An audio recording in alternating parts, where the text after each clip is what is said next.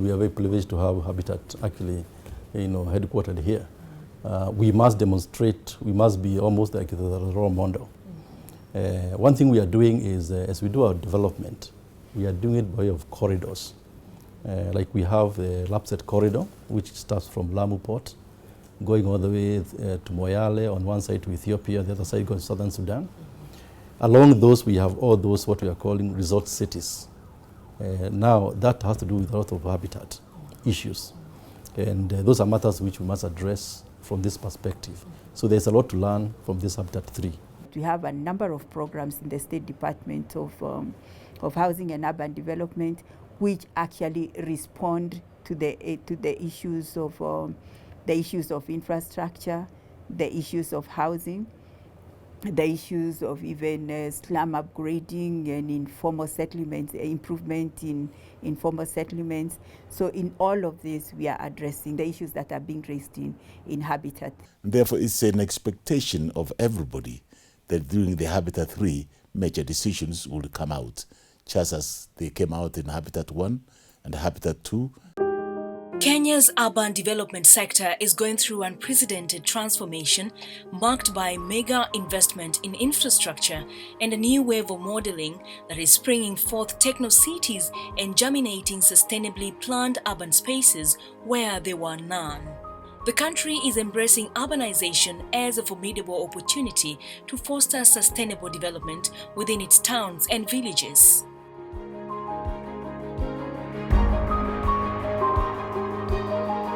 Kenya has assumed devolved system of governance in order to decentralize resources to the grassroots. Indeed, devolution has brought in a revolution of its kind. The architecture of the urban governance and management has shifted from a more autonomous local authority structure to a decentralized regime. Devolved governance has renewed Kenya's efforts toward cities for all as it foregrounds people's participation in all public decision-making processes. This has significantly built a sense of ownership and responsibility among rights holders and duty bearers. Urbanization is unstoppable. It will happen, and the challenge is not to stop it. The challenge is how to ensure urban areas are properly managed, are properly planned, and are properly provided for. Kenya's integrated approach to development has seen the establishment of clear territorial and administrative boundaries, as well as governance structures that foster a seamless flow of duties. At the same time, renewed planning attention is being directed to the principal towns of the counties. Just even by the mere structuring of the ministry, it tells that we are alive to the issues of urbanization, because when you talk urbanization, you have to think of transportation. When you talk of urbanization, you have to think infrastructure. When you talk urbanization, you have to think housing. And when you speak urbanization, you have to think urban development. The greatest win for Kenya is the shared vision between the national government and the county governments, a vision that has also found convergence within the private sector and the civil society circles, a vision of cities for all. Kenya's transformation is happening at a time when global attention is focused on defining a new urban agenda through the United Nations Conference on Housing and Sustainable Urban Development, the Habitat 3 process. Habitat 3 conference has been preceded by a number of national, regional, and international interactions between state and non-state actors. Such meetings have spurred national conversations on the subject of human habitat as a component of global governance and as a means of realizing human dignity. Urbanization helps us towards development. Most of the income generation comes from urban areas, so it's an area we really need to embrace. Kenya's Ministry of Transport, Infrastructure, Housing and Urban Development has been leading the country's participation in the Habitat 3 process.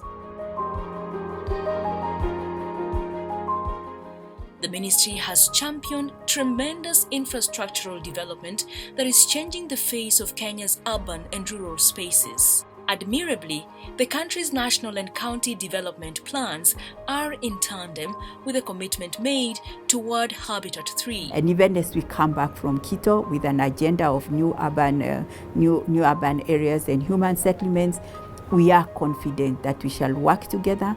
And the good thing is that we have full support of every level of this government to move with the Habitat 3 agenda. While staying alive to her citizens' needs, the Kenyan government has rolled out various initiatives to ensure adequate housing, water, sanitation, solid waste management, among other services. We have a Kenya Informal Settlements Improvement Program, which is trying to address the matter of ownership so that security of tenure is addressed by either giving group titles or a form of tenure, which will then give way to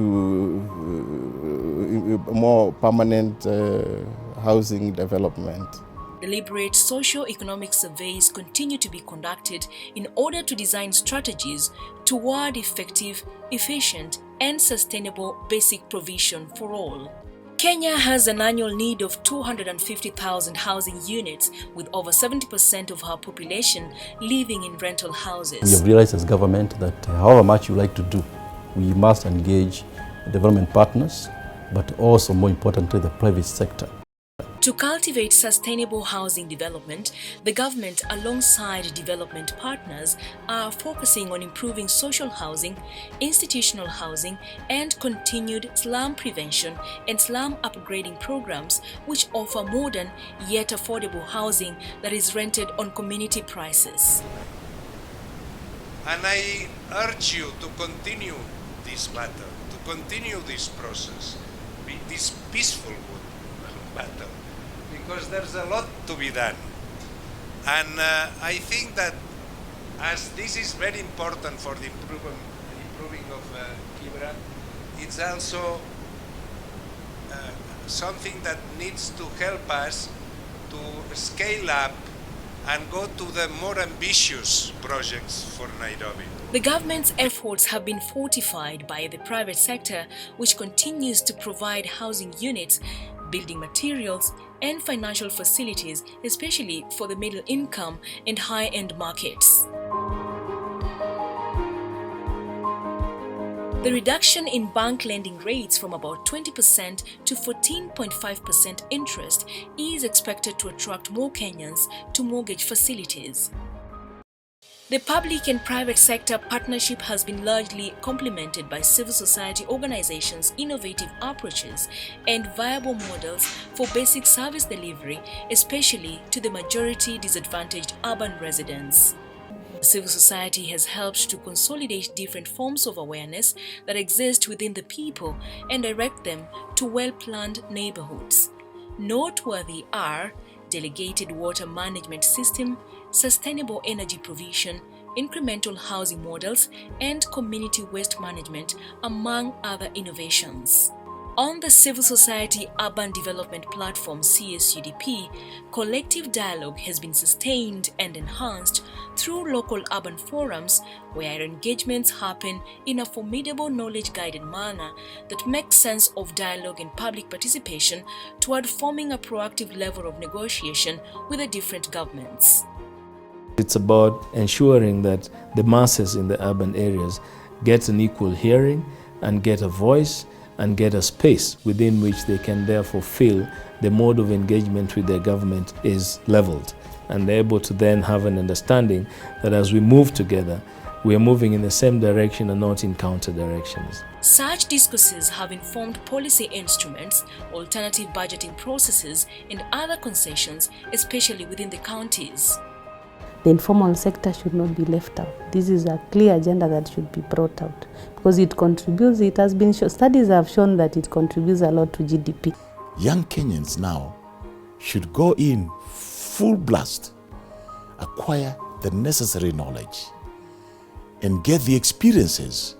And the UN Habitat in Nairobi becomes as one of those elements that will be able to stimulate them to be able to plan around, to be able to invest in opportunities that are available. Our urban futures and our urban models are so generous in terms of the potential that we can get from them.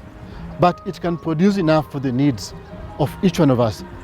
The continued complementarity and consultations are expected to catalyze equity, dignity, inclusion, democracy, and participation in the urban space.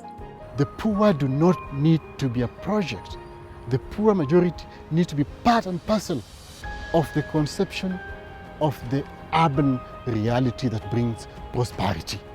Diversity and inclusivity remain key considerations in employment opportunities. There is also improved access to public offices and spaces, as well as expanded greener spaces for recreation across the country. Entrepreneurship is at its peak, with the youth, women, and the disabled securing major tenders in public and private procurement bids. There is ongoing extensive research, financial investment, and legal reforms to enhance disaster management and environmental protection.